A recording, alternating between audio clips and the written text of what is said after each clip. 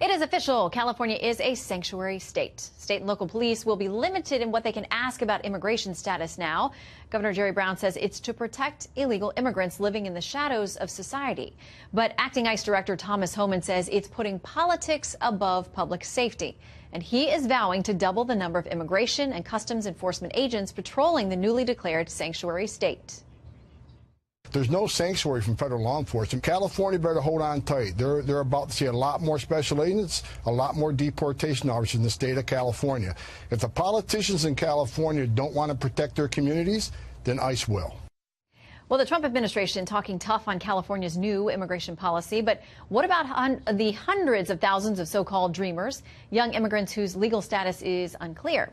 As the president returns from the holiday break, he was expected to tackle the dreamers right away. But now his press secretary, Sarah Sanders, is saying the White House has other more immediate priorities. Our next guest was a potential pick to run President Trump's Department of Homeland Security. And he was photographed with a list of priorities. You remember this. Everybody zoomed in, which put illegal immigration high up on the list. Joining us now, the Kansas Secretary of State, Chris Kobach, who heads up the administration's voter fraud task force. He's a busy man.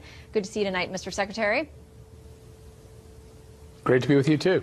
Okay, so let's talk about the president saying this in a tweet about DACA. He says the Democrats have been told and fully understand that there can be no DACA without the desperately needed wall at the southern border and an end to the horrible chain migration and ridiculous lottery system of immigration, et cetera. We must protect our country at all cost.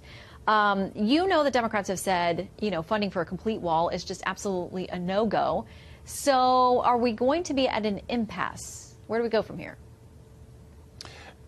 Well, it appears that we are. At least I hope that we are. I hope that President Trump not only says, let's back up. DACA is bad policy. It's going to hurt those 800,000 illegal aliens are in their 20s and 30s. They're not kids. And they're competing for jobs with Americans who in that age group are facing 9% unemployment, 19% underemployment. So we're going to be taking Americans out of jobs and giving those jobs to DACA recipients effectively. And it's going to cause a surge in illegal immigration. So what would President Trump be willing to take that hit, that bad policy that's also going to anger his base? What would he be willing to get for that? What is he going to demand? And I think he has to demand more than just the RAISE Act, which is the end to chain migration, and more than just the border wall. He'd have to demand E-Verify mandatory nationwide as well to make sure that this new surge of illegal aliens, which will come in, there's no question. If we grant an amnesty, they will come in.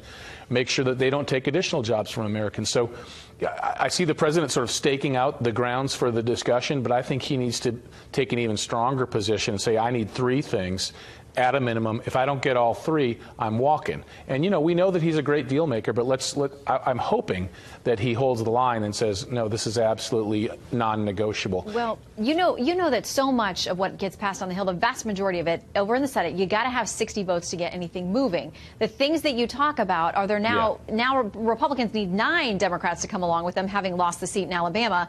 Which 9 would go and vote for those things? That's the great question, which is why I think an impasse is the most likely outcome. And frankly, getting an amnesty, the Democrats have tried to frame this like America is demanding an amnesty for these nearly 1 million illegal aliens in their 20s and 30s. They're not. There's no demand for an amnesty. It's sort of a false crisis created on Capitol Hill. So if the Democrats are not willing to come forward and go along with these 3 things that would actually do something good for the country, a wall, not just a paltry 1.6 million, as Speaker Ryan has suggested, but the full 20 billion, the full 20 billion plus that's needed. If we don't have that and E-Verify and an end to chain migration, then it's not even worth talking about granting an amnesty because that's bad policy. Well, you know that the Democrats are pointing to the people who are success stories, who were brought here as children through no fault of their own. Nancy Pelosi, the House Minority Leader, tweeting out about a young man named Fernando. She says he was brought to the U.S. when he was 9 years old. He's been an AP scholar, received the IB diploma, an achievement award in foreign language for French, graduated cum laude from Santa Clara University with a double major in biology and French. He is undocumented. She went on to say he's in his 3rd year of medical school now and researching important new diseases. You know that those are the people that they're going to say, listen, these people can contribute and be great assets to this country. Why wouldn't we want to help them?